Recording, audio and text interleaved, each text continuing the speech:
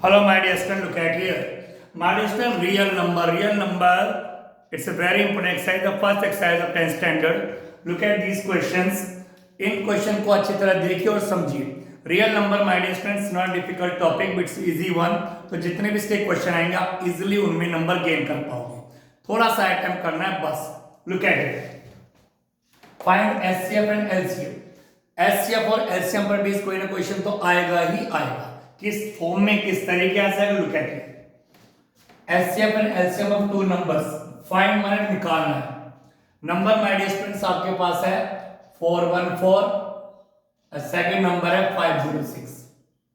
ठीक my dear students, इन दोनों number का आपको एचसीएफ और एलसीएम निकालना है. तो सबसे पहले आप करेंगे प्राइम फैक्टर्स. प्राइम फैक्टर्स तो 414 एंड 506 के प्राइम फैक्टर्स करने हैं आपको. माय डियर स्टूडेंट्स कैसे करते हैं. Look at it. एंड में 2 है, 2 के टेबल से डिवीजन होगा 2 2 जा 4. ठीक. बट यहाँ पे जब आप डिवाइड करेंगे तो बहुत सावधानी से करना. माय डियर स्टूडेंट्स पेपर में जो भी क्वेश्चन लगता है इजी होगा उसमें वो कहीं ना कहीं पे कोई ना कोई ऐसी चीज देंगे जहां मिस्टेक कर सकते हो. तो जब 2 से डिवाइड करेंगे तो 2 2 जा 4.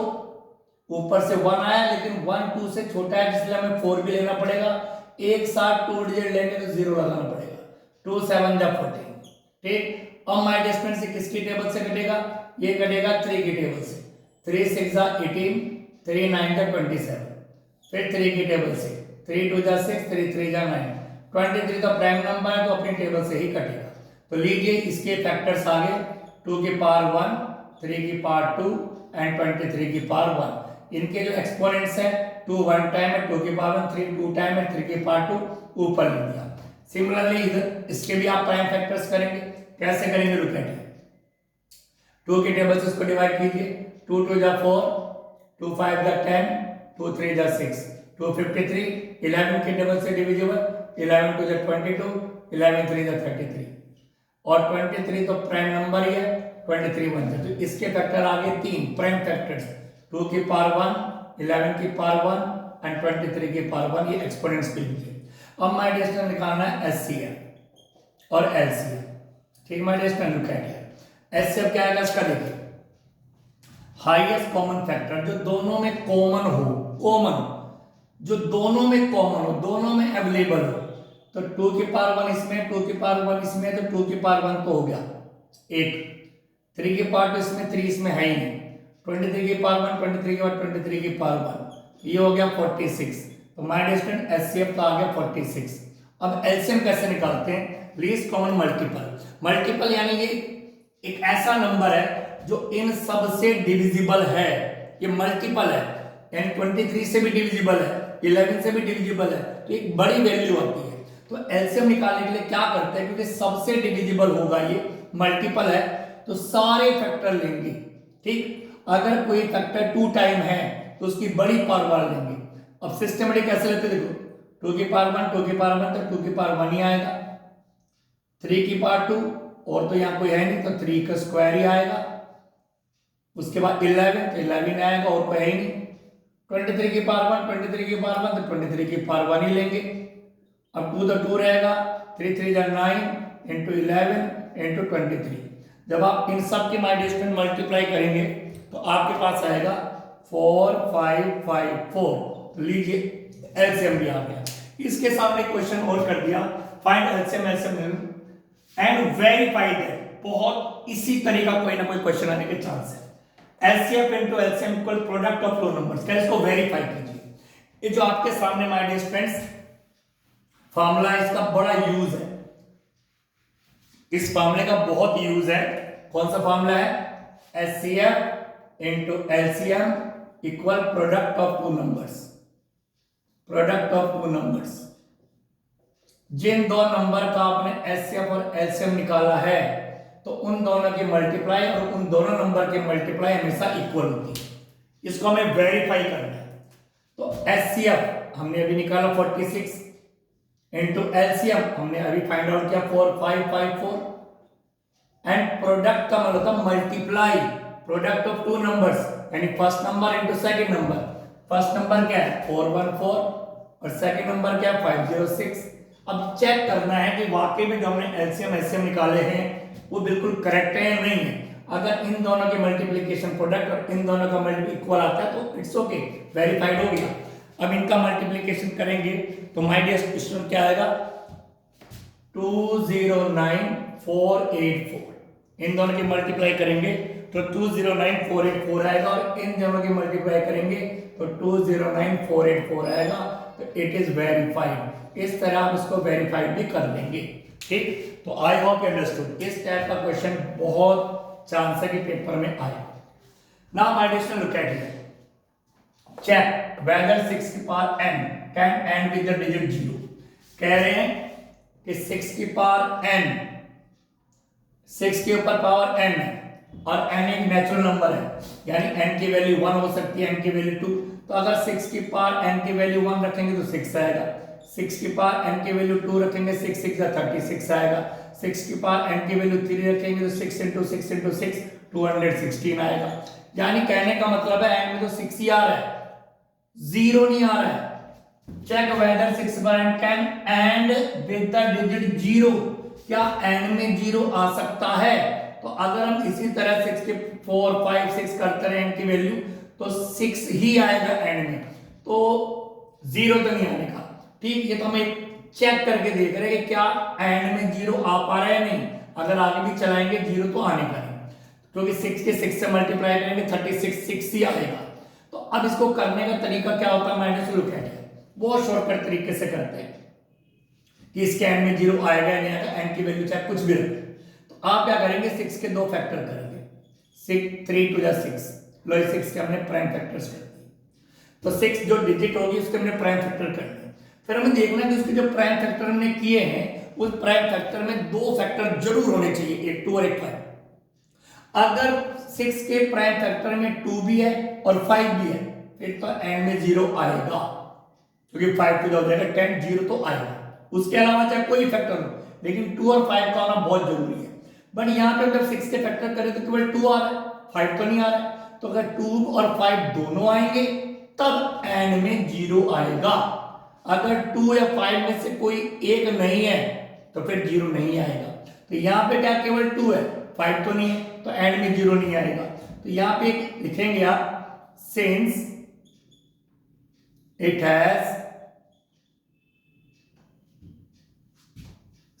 it does not contain 5 as a factor, क्योंकि 2 तो इसमें आ गया, 3 का में कोई मतलब नहीं, 2 तो आ गया। अगर 5 होता तो एंड में 0 आता, लेकिन हमने लिख दिया since it does not contain 5 as a factor, क्योंकि इसमें 5 एक फैक्टर नहीं है। सो 6 की पावर n can not and with the digit 0, बस विद द डिजिट 0। हमें वहीं से पता चल गया कि n में 0 नहीं आएगा। अगर 8 की पावर अगर होता आपके पास 20 की पावर n, तो 20 के फैक्टर करते हैं 2 × 2 × 5। अब इधर देखिए, इसके फैक्टर हमने करे, इसमें 2 भी आ गया 5 भी आ गया, तो इसके एंड में 0 आएगा, क्योंकि it contains 5 and 2 as a prime factors. इसमें 5 और 2 दोनों है। ठीक माय डियर स्टूडेंट, तो इस तरह आप इसको आराम से कर सकते हैं। आई hope you understood. Next question है, ये बहुत ही अच्छा क्वेश्चन है। LCM of 2 number. देखो एक क्वेश्चन थोड़ा अलग टाइप का, एक इक्वेशन बेस्ड क्वेश्चन जिसमें इक्वेशन बनाओ जैसे लीनियर इक्वेशन टाइप का, उसी तरह का क्वेश्चन है। एलसीएम ऑफ 2 नंबर्स इज, तो हमने लिख दिया एलसीएम ऑफ 2 नंबर्स इज, इसकी जगह लिख दिया हमने इक्वल 14 टाइम्स देयर एलसीएम, यानी 14 times into H. L means LCM, H means HCF. तो जो एलसीएम है वो 14 टाइम्स है देयर एलसीएम, तो जो एलसीएम है that is 14 times the HCF. तो ये लिख दिया हमने, जो उन्होंने गिवन था, जो उनका गिवन था मैंने लिख दिया। फिर आप क्या करें, सम ऑफ एचसीएफ एंड एलसीएम, यानी एचसीएफ प्लस एलसीएम दोनों का सम इज इक्वल यानी 600, ये भी हमने लिख दिया। तो जो स्टेटमेंट वो दे रहे हैं हमने उसको फॉलो किया। एलसीएम जो है वो 14 टाइम्स है एचसीएफ के, तो एलसीएम इज इज यानी इक्वल 14 टाइम्स यानी 14 से multiply HCF, L for LCM, S for HCF। फिर क्या करें, इफ वन नंबर इज 280, उन्होंने फर्स्ट नंबर भी दे दिया 280, अब वो कह रहे फाइंड द सेकंड नंबर, तो हमें सेकंड नंबर निकालना माय डियर स्टूडेंट्स। ये क्वेश्चन है, दो नंबर है, फर्स्ट नंबर सेकंड नंबर, दोनों का एलसीएम और एचसीएफ के बारे में आपको बताया गया, सेकंड नंबर को निकालना है। तो my dear student look at it, कैसे करेंगे, वेरी सिंपल, वेरी सिंपल। उन्होंने क्या दिया, HCF plus LCM, HCF plus LCM equal 600, LCM की वैल्यू होगी 14h, तो हम क्या करेंगे, h तो h लिखेंगे और एलसीएम यानी l की जगह 14h, जैसे लीनियर इक्वेशन में करते हैं। अब h और 14h हो गया 15h इक्वल 600 और h हो गया आपका 600 अपॉन 15, 15 1 जा 15, 15 4 जा 60, तो लो जी एचसीएफ तो आपने निकाल लिया 40 है, एचसीएफ 40 आ गया, ठीक। तो जब एचसीएफ 40 आ गया तो माय डियर स्टूडेंट्स एलसीएम तो आराम से आ जाएगा, क्योंकि एलसीएम कितना है 14h, तो एलसीएम हो जाएगा 14 मल्टीप्लाई बाय 40, तो एलसीएम हो जाएगा 560। लो जी एलसीएम भी आ गया, तो अब क्या दिक्कत है, उन्होंने जो दिया हमने लिखा, उनकी वैल्यू पुट करी, जैसे हम लीनियर में करते हैं, एलसीएम एचसीएफ निकाला, एलसीएम निकाला, अब हमारे पास फॉर्मूला है HCF into LCM equal first number into second number, ठीक है, ये फॉर्मूला हमारे पास है, HCF into LCM equal first number into second number. HCF कितना है 40, एलसीएम कितना है 560, फर्स्ट नंबर उनका गिवन है 280 और हमें निकालना है सेकंड नंबर, ठीक माय डियर स्टूडेंट्स। अब हम आराम से कर सकते हैं, सेकंड नंबर निकालना है, अपॉन में चला जाएगा, तो second number equal 40 into 560 upon 280, 0 0 cancel 22, तो my dear students second number आ गया 42 जा 80। तो आई होप इस तरह अगर कोई भी क्वेश्चन वो एचसीएफ एलसीएम का देते हैं, तो अगर आपको लीनियर इक्वेशन पता, आपको इक्वेशन बनानी आती है, जो गिवन है उसको लिखना आता है, तो आप इजीली इसको कर पाएंगे। Next question my dear student look at it, अगर आप नेक्स्ट क्वेश्चन को देखें, ये क्वेश्चन एनसीईआरटी की बुक का भी यार बहुत ही इंपॉर्टेंट क्वेश्चन है। क्या क्वेश्चन देखें, गिवन दैट एचसीएफ, ये फर्स्ट नंबर है, ये सेकंड नंबर है, इन दोनों नंबर का एचसीएफ है 9, ब्रैकेट में फर्स्ट और सेकंड नंबर गिवन है, फर्स्ट नंबर सेकंड नंबर उनका एचसीएफ है 9, और उन्हीं दोनों नंबर को ब्रैकेट में गिवन उनका एलसीएम निकालना है। तो माय डियर स्टूडेंट्स एचसीएफ कितना गिवन है 9, फर्स्ट नंबर कितना है 306, सेकंड नंबर कितना है 657 और निकालना है एलसीएम, ये उनका गिवन है सारा।